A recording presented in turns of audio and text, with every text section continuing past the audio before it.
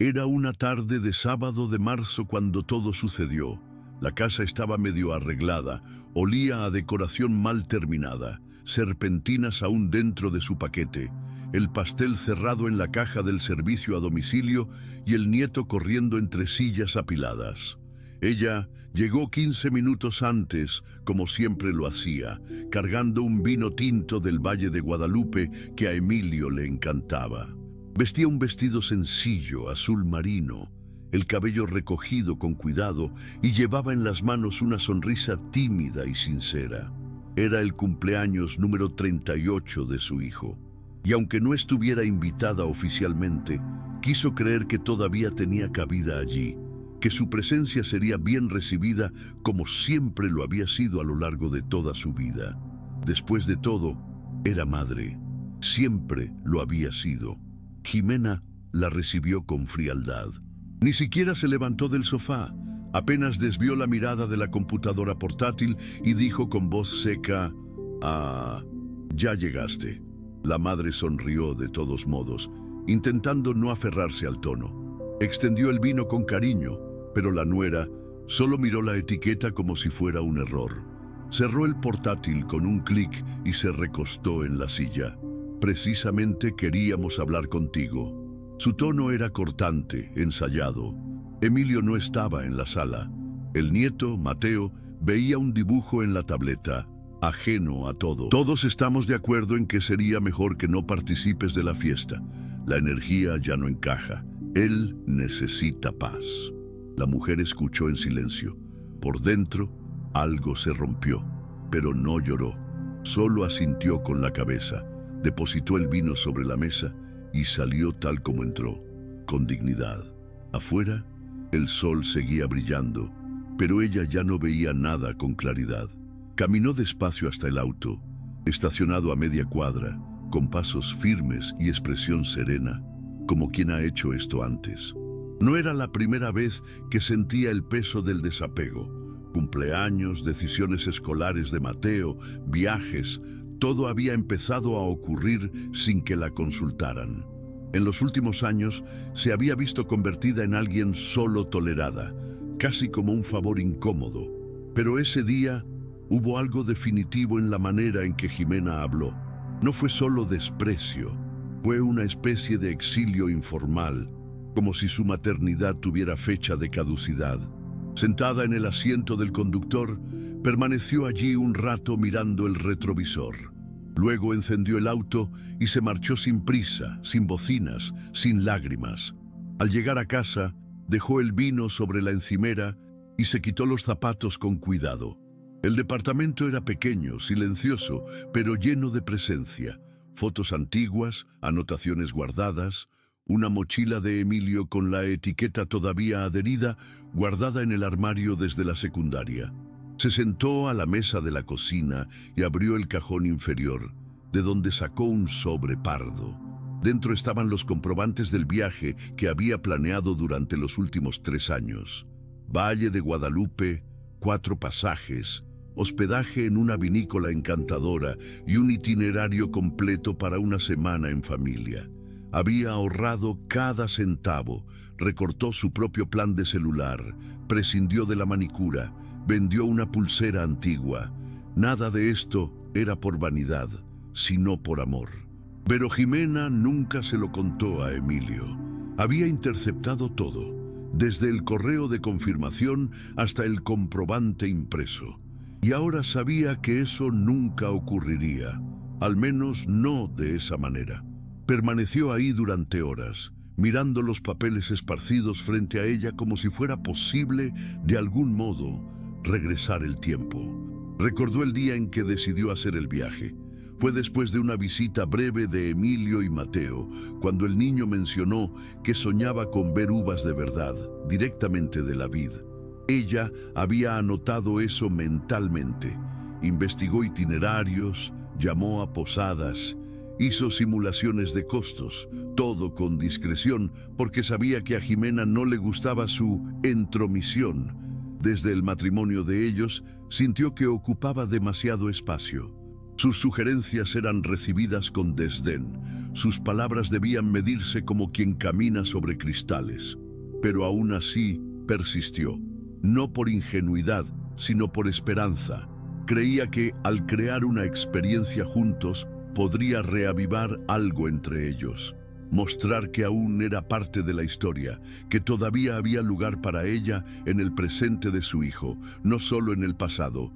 Mateo siempre fue el punto de conexión más genuino. Él la abrazaba fuerte, pedía dormir en su casa y la llamaba mi abuela de verdad. Ella percibía, en pequeños gestos, que el niño se sentía seguro con ella.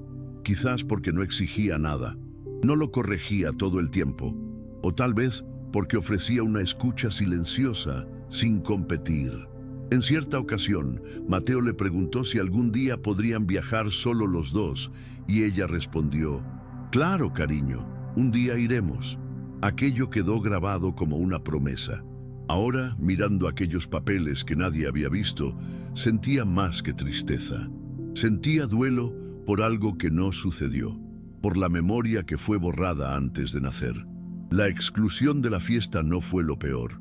Lo peor fue saber que su dedicación había sido ocultada, como si fuera algo vergonzoso.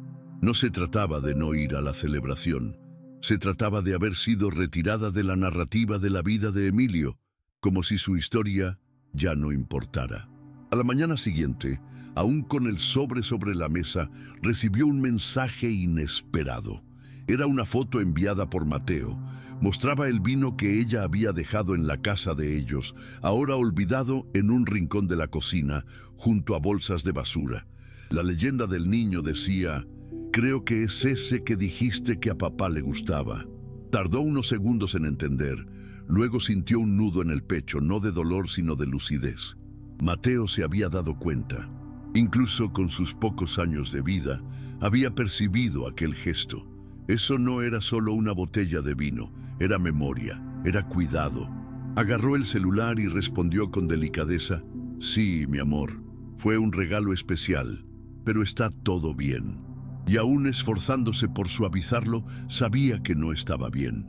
El niño había observado lo que los adultos ignoraron, que los actos pequeños cargan sentimientos profundos y que ese sentimiento había sido descartado junto con el envoltorio. Ese mismo día, Emilio apareció en su puerta, sin avisar, sin disculpas ensayadas. Simplemente llegó, con el rostro serio y los ojos enrojecidos, sosteniendo el sobre. Mateo había encontrado los papeles en la basura, tirados allí, aún sellados, y se los había mostrado al padre. Emilio leyó todo, los comprobantes de la reserva, los ahorros mes a mes, los detalles del itinerario. No dijo nada de inmediato. Solo miró a su madre durante largos segundos y preguntó con voz entrecortada, «¿Ibas a hacer esto por nosotros?». Ella simplemente asintió. Él se sentó, bajó la cabeza y permaneció en silencio casi 10 minutos. Luego dijo algo que ella nunca había escuchado de esa manera. «Perdóname por haberte dejado tanto de lado, yo no lo sabía». Ella no respondió con palabras. Extendió la mano, tocó su hombro suavemente y susurró, «Ahora sabes». Emilio se quedó a almorzar. Fue la primera comida compartida en meses, quizás años, sin la presencia de Jimena mediando miradas o imponiendo reglas sobre lo que se podía o no comentar. Comieron arroz, pollo asado y ensalada de tomate. Nada especial, pero cargado de significado. Emilio hablaba poco, pero escuchaba todo. Observaba el espacio, tocaba los marcos con fotos, manipulaba objetos olvidados por el apresuramiento del tiempo. Preguntó por un joyero de madera que él mismo había hecho en la escuela, que todavía estaba allí junto al televisor. Y al verlo, dijo, «¿Guardaste todo de verdad?». Ella no respondió, simplemente sonrió. No necesitaban palabras. La casa era un archivo de su historia, de la infancia, de la adolescencia, de los errores y conquistas. Un lugar donde él existía entero, no solo como esposo, padre o profesional. Allí seguía siendo hijo, Al final de la tarde, antes de irse, Emilio permaneció en la puerta un rato. Tenía los ojos fijos en el suelo, como si ensayara una frase que aún no encontraba el valor para pronunciar. Finalmente, levantó la mirada y soltó: ¿Crees que todavía podemos hacer ese viaje? Ella lo miró sorprendida. No lo esperaba. Solo nosotros dos, añadió él. Creo que lo necesitamos. Fue la primera vez en mucho tiempo que él asumió el control de su propia narrativa, sin autorización de su esposa, sin intermediarios. Solo él y su madre. Ella respiró hondo, como quien necesita esa invitación para recuperar el aliento tras años. Creo que sí, respondió. Pero no con esos papeles viejos. Podemos comenzar de nuevo, planear juntos, a nuestra manera. En ese momento no hubo abrazos dramáticos ni lágrimas. Solo dos adultos que, después de tanto tiempo, eligieron reencontrarse. Y eso, para ella, ya era todo. Los días siguientes fueron silenciosos pero distintos. Emilio pasó a responder los mensajes de su madre con más atención. Llamaba sin motivo aparente y por primera vez en años preguntó cómo estaba, de verdad, no como un protocolo. Programó un café, luego otro, y entonces comenzaron a armar juntos el nuevo plan del viaje. Valle de Guadalupe seguía siendo el destino, pero ya no era una sorpresa secreta, sino una elección consciente y compartida. Él se encargaba de la logística, ella de los detalles afectivos. El hotel con terraza frente a los viñedos, los restaurantes que servían pan de masa madre, el pequeño museo sobre la historia de la región. Cada paso del plan era un hilo cosido con cuidado. No se hablaba de Jimena ni de lo sucedido, no hacía falta. El silencio entre ellos ya lo decía todo. Había un acuerdo implícito de no mirar más hacia atrás. El viaje tuvo lugar 2 meses después, durante un fin de semana templado de otoño. El aire olía a tierra húmeda y a uvas casi maduras. Llegaron al hotel a última hora de la tarde, cansados, pero sonriendo. Era un lugar sencillo, de piedras claras y grandes ventanales, donde el tiempo parecía correr más despacio. La primera noche fue de observación mutua. Emilio caminaba entre las parras como un niño curioso, tocaba las hojas, preguntaba sobre los tipos de uva, rememoraba historias de su infancia que ella pensaba que él había olvidado. Durante la cena brindaron con un vino tinto local, del mismo tipo que ella había llevado a la fiesta, y él se ocupó de servir los 2 vasos con esmero. «Ahora este vino sabe diferente», dijo, mirándola con una sonrisa contenida.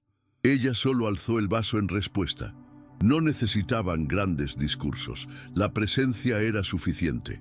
A la mañana siguiente se levantaron temprano para visitar una vinícola recomendada por un señor amable de la recepción. Emilio conducía despacio, con el brazo apoyado en la ventana y los ojos perdidos en el paisaje. En cierto momento preguntó sin rodeos: «¿Crees que fui un mal hijo?». Ella tardó en responder. Pensó en todos esos años de silencios, de cumpleaños pasados al margen, de llamadas secas, de regalos devueltos sin aviso. También pensó en las fotos que él conservaba, en las cartas que nunca dejó de recibir en su cumpleaños, incluso cuando no contestaba. «Creo que fuiste un hijo silencioso», dijo al fin. «Pero yo también tardé mucho en darme cuenta de que no podía esperar que supieras lo que nadie te contó». Emilio no apartó la vista de la carretera, pero apretó el volante con más fuerza. «Jimena siempre decía que querías controlar todo, que hacías las cosas para que te vieran». Ella asintió. Y tal vez así fue, pero era por miedo a ser olvidada. La vinícola era pequeña, familiar, y los dueños los recibieron con alegría. Hicieron un recorrido guiado por los tanques, conversaron sobre los procesos de fermentación y probaron variaciones del mismo vino en diferentes etapas. Emilio se interesó por todo, sacaba fotos, anotaba nombres, hacía preguntas. En cierto momento, el guía comentó que ese tipo de paseo era ideal para familias que quieren reconectarse. A veces todo lo que necesitamos es salir del lugar donde fuimos heridos para recordar quiénes somos, dijo con sencillez. Emilio la miró un segundo.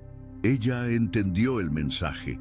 No se trataba de turismo ni de vinos, sino de sanación, de salir del campo minado donde las palabras se vuelven armas y crear un nuevo territorio donde fuera posible conversar sin miedo. Por primera vez en mucho tiempo, estaban en un lugar donde ambos podían existir por completo. El tercer día del viaje, pasearon juntos por un pequeño mercado local. Había puestos de quesos artesanales, dulces de higo y piezas de cerámica pintadas a mano. Emilio compró un paño de cocina con estampado de uvas y un imán para la nevera con el nombre de la ciudad. Cuando ella preguntó si era para Jimena, él negó con la cabeza. Es para mí. Creo que nunca traje nada de verdad de ningún lugar. Siempre tenía prisa. La frase quedó en el aire, suspendida entre el remordimiento y el descubrimiento. Más tarde, sentados en un banco de madera bajo la sombra de un árbol, comentó que Mateo venía mostrando más sensibilidad últimamente. Ha estado haciendo preguntas que yo no sé responder, como si está mal sentir tristeza o si se puede expresar lo que sientes aunque no te guste.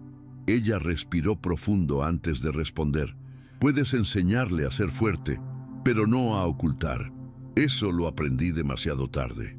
Esa noche hablaron como nunca lo habían hecho, no sobre traumas o disculpas, sino sobre elecciones. Emilio confesó que durante mucho tiempo había confundido la paz con la ausencia de conflicto, que pensaba que amar era mantener todo bajo control y que cualquier ruido emocional significaba que algo estaba roto. Ella escuchó sin interrumpir. Luego contó cómo fue criarlo sola, equilibrando 2 trabajos, cuentas retrasadas y noches sin dormir, cómo guardaba monedas en un frasco detrás de la nevera porque quería que él tuviera el almuerzo que llevaban los otros niños.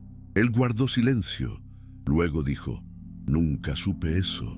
Ella sonrió, cansada pero en paz.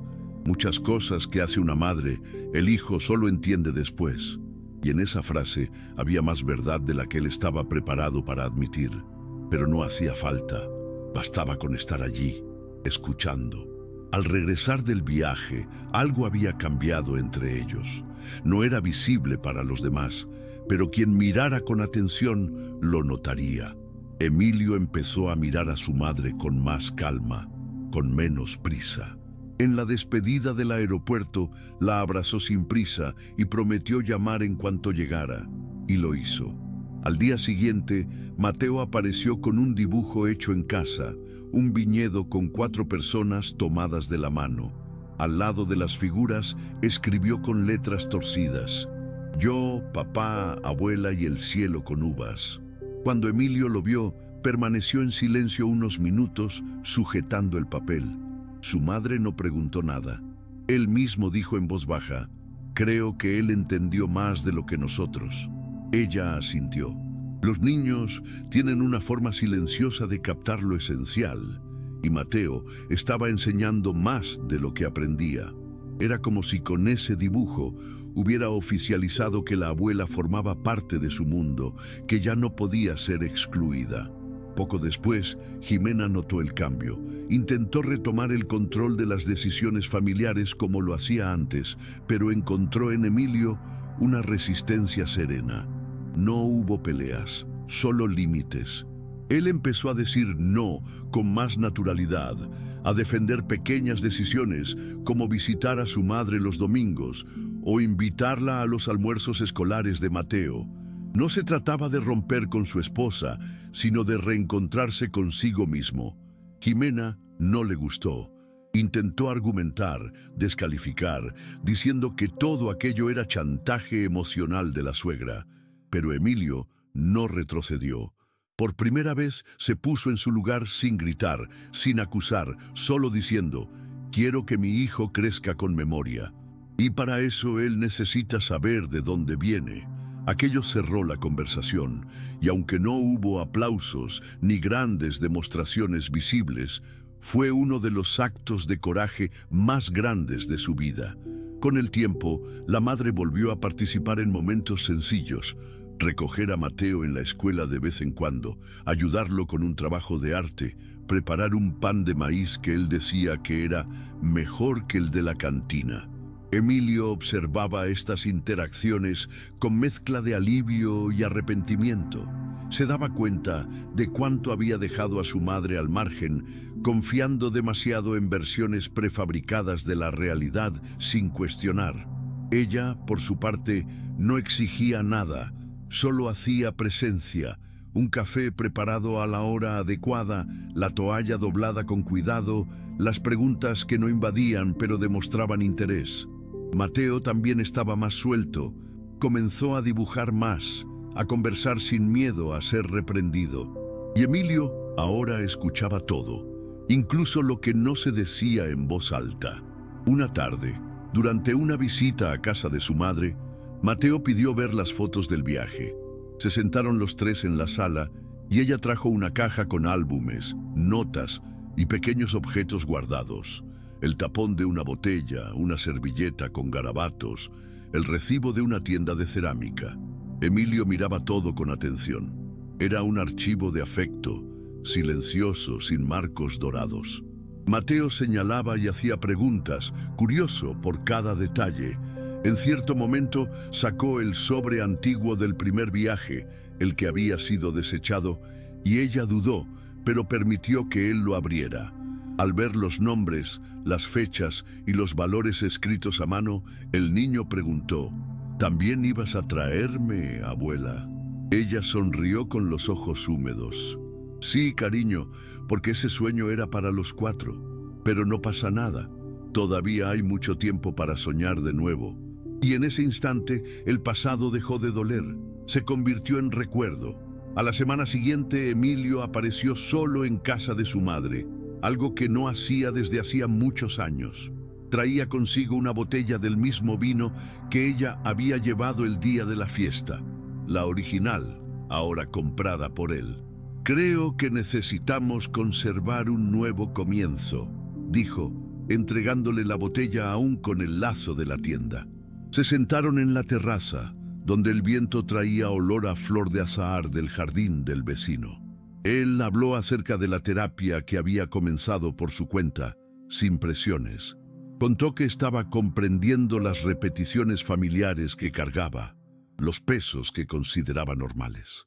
Relató que lloró al recordar cuando ella lo esperaba en la puerta de la escuela, aún con lluvia, y él fingía no verla para parecer más adulto ante sus compañeros. «Yo era solo un niño con vergüenza de necesitar», dijo, casi como una confesión. Ella escuchó con calma, sin decir que ya lo sabía. A veces lo más importante era dejar que él dijera con sus propias palabras. Al final de esa visita, Emilio sacó del bolsillo un llavero con el nombre de Mateo y se lo entregó a su madre. «Es para que lo guardes. Mateo dijo que quiere que le enseñes a hacer pan algún día». Ella tomó el objeto con cuidado, como quien recibe una carta escrita a mano. «Le enseñaré», respondió, «pero con una condición, que él coma la primera rebanada aún caliente, como solías hacer tú en secreto». Se rieron juntas. Por primera vez en mucho tiempo rieron de verdad, con sonido, con cuerpo, con los ojos entrecerrados. Era como si algo antiguo y bueno hubiera sido rescatado, no con gestos grandiosos, sino con constancia. Al cerrar la puerta de la calle, ella permaneció allí un rato mirando la calle vacía y el cielo despejado. Pensó que tal vez el amor más fuerte no es el que grita, sino el que permanece. Unos días después, Mateo pasó toda una tarde en la casa de su abuela, mientras Emilio resolvía trámites de trabajo. Fue la primera vez que eso sucedió sin que Jimena interviniera o impusiera condiciones.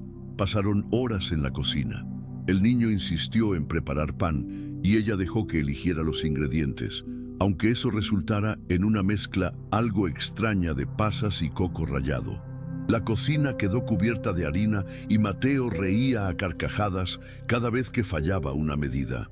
Al final de la tarde, mientras esperaban a que el pan se horneara, se sentaron en el suelo de la sala con una pila de libros antiguos.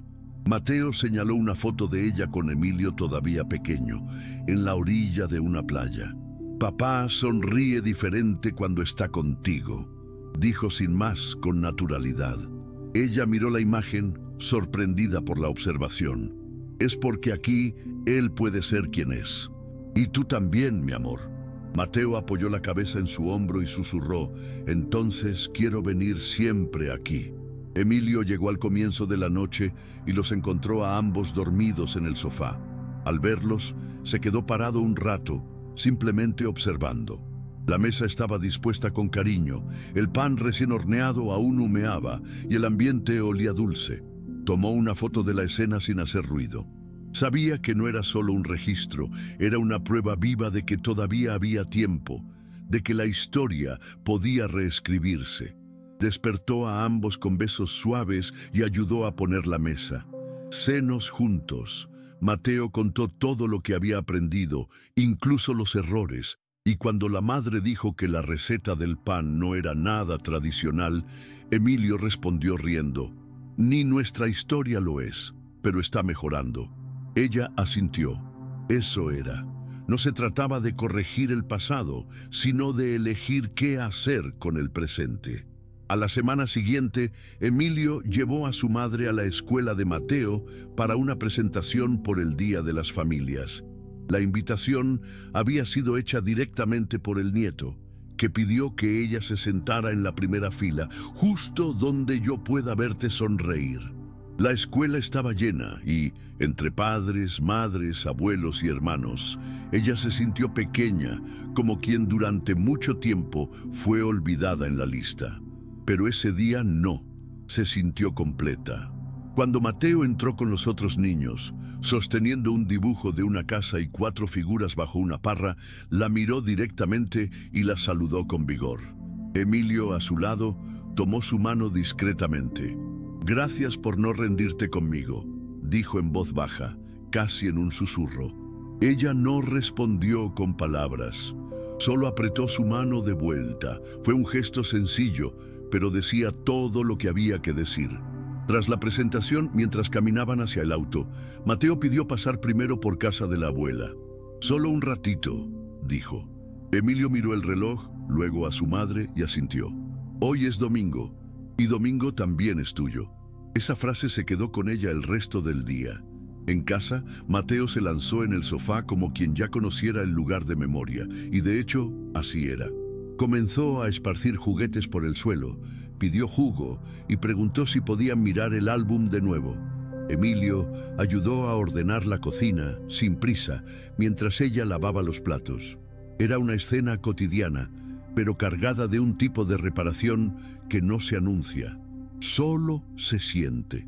Cuando Mateo finalmente se durmió en el sofá con el álbum en el regazo, Emilio lo arropó y dijo: «Quiero que él crezca sabiendo que el amor no desaparece. Solo espera». La madre los observó a ambos, con el corazón lleno. Sabía que a partir de ese momento todo sería diferente. Unos días después, decidió escribir una carta. No era para Jimena, ni para Emilio, ni para Mateo. Era para ella misma. Se sentó en la mesa de la cocina con una hoja de papel pautado, la misma donde un día había anotado los detalles del viaje original. Comenzó con pocas palabras. «Sobreviviste al olvido». Luego escribió todo lo que había guardado durante años. El dolor de ser excluida, la frustración de que su dedicación fuera distorsionada, el miedo a ser olvidada aún habiendo hecho todo bien. Y entonces escribió sobre el regreso, sobre el vino abierto con cuidado, los silencios quebrados, los domingos recuperados. Al final puso una fecha, 18 de marzo. Era el día en que había sido desconvidada de la fiesta, y aquel ahora sería el día en que decidió no esperar más invitaciones. Guardó la carta en el cajón junto al sobre antiguo, no como un lamento, sino como un hito. Su dolor ahora tenía lugar, y su presencia también. El domingo siguiente, Mateo corrió al patio de la casa de la abuela con un balde en la mano. «Quiero plantar una parra aquí», dijo serio. Emilio rió.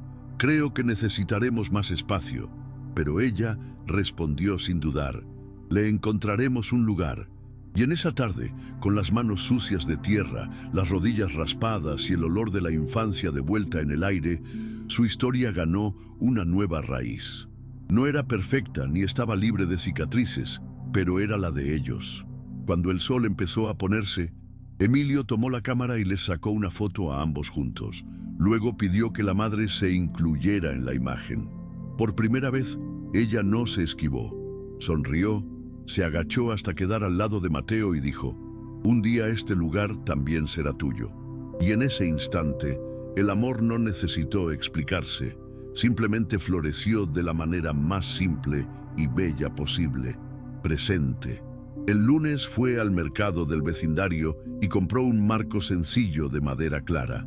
En casa, imprimió la foto tomada en el patio, la de Mateo sonriendo, Emilio arrodillado junto a él y ella con las manos aún cubiertas de tierra.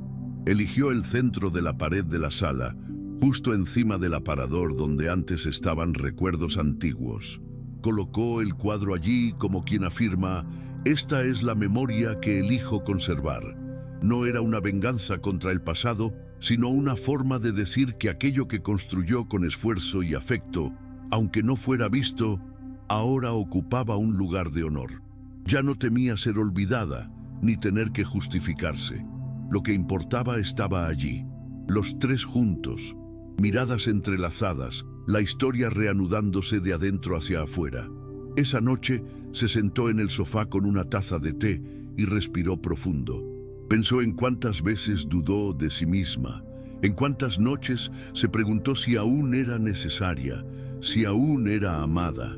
Ahora sabía que sí, no porque alguien se lo hubiera permitido, sino porque nunca dejó de serlo. La vida no había vuelto a ser como antes, se había transformado, y esa transformación no la habían conquistado los gritos ni los enfrentamientos, sino la constancia, la presencia y la verdad. El sobre del viaje antiguo seguía guardado, pero ya no dolía, solo era un recuerdo de que incluso los sueños interrumpidos pueden convertirse en nuevos caminos.